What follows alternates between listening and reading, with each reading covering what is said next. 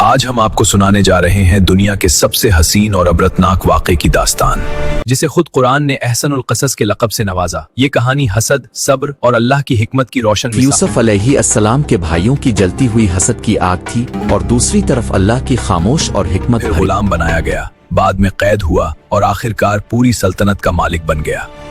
یہی سفر تھا حضرت یوسف علیہ السلام کا، جہاں نفرت اور حسد کے طوفان کے باوجود صبر نے ہمیشہ فتح حاصل کی۔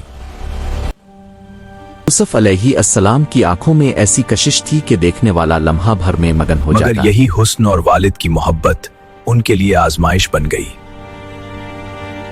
پیدر جان، میں نے ایک عجیب خواب دیکھا۔ میں نے دیکھا کہ 11 ستارے، سورج اور چاند سب مجھے سجدہ کر رہے ہیں۔ فوراً سمجھ گئے کہ یہ خواب معمولی نہیں بلکہ یہ اللہ کی جانب سے یوسف علیہ السلام کی عظیم مستقبل کی بشارت ہے۔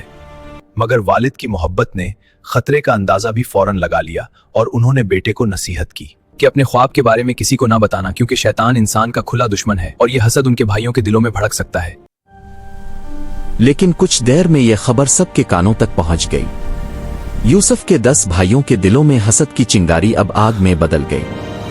وہ اپنے والد کی محبت دیکھ کر اور یوسف کے حسن و کمال کو حسد کی نظر سے دیکھنے لگے۔ کسی نے قتل کی تجویز دی، قتل مت کرو، اسے کسی دور دراز کے کنویں میں پھینک دو، شاید کوئی گزرنے والا اسے نکال لے۔ یوں یوسف علیہ السلام کے بھائیوں نے اس معصوم کو کنویں میں ڈال دیا اور گھر جا کر والد سے جھوٹ بولا کہ یوسف ایک بھیڑیے کے ہاتھوں مارا گیا۔ حضرت یعقوب علیہ السلام نے اس جھوٹ کو فوراً پہچان لیا، کیونکہ یوسف کی قمیص سالم تھی، خون سے لتھڑی ہوئی لیکن پھٹی نہیں۔ یہ ایک بڑی نشانی تھی کہ اللہ کی حفاظت نے اسے محفوظ رکھا۔ کنویں میں 3 دن کے بعد ایک قافلہ وہاں پہنچا اور یوسف علیہ السلام کو اللہ کے نام پر نکالا گیا۔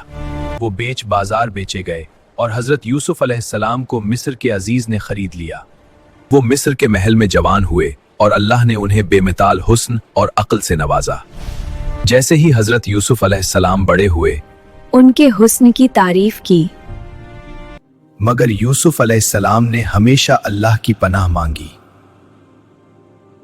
یوسف میرے قریب آؤ۔ نہیں، میں اللہ سے ڈرتا ہوں۔ مگر یوسف علیہ السلام نے صبر اور تقوی اختیار کیا اور اللہ نے ان کی معصومیت کو محفوظ رکھا۔ بعد میں یوسف علیہ السلام کو جھوٹے الزام کے تحت قید میں ڈال دیا گیا۔ قید میں بھی انہوں نے عبادت جاری رکھی اور دوسروں کے خواب کی تعبیر کی۔ جب مصر کے بادشاہ نے خواب دیکھا تو حضرت یوسف علیہ السلام کو یاد کیا گیا۔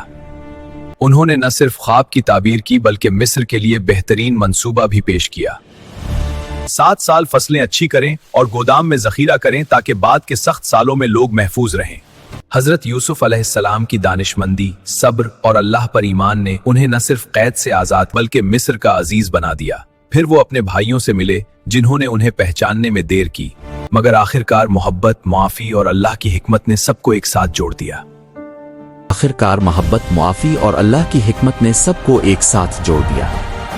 حضرت یعقوب، یہ کہانی ہمیں سکھاتی ہے کہ جب حالات ہمارے خلاف ہوں اور راستہ مشکل لگے تو صبر اور اللہ پر بھروسہ ہی کامیابی کی کنجی ہے۔ اللہ کے سپرد کرنے والا ہر انسان ایسے دروازے دیکھتا ہے جو کبھی اپنی عقل سے نہیں دیکھ سکتا۔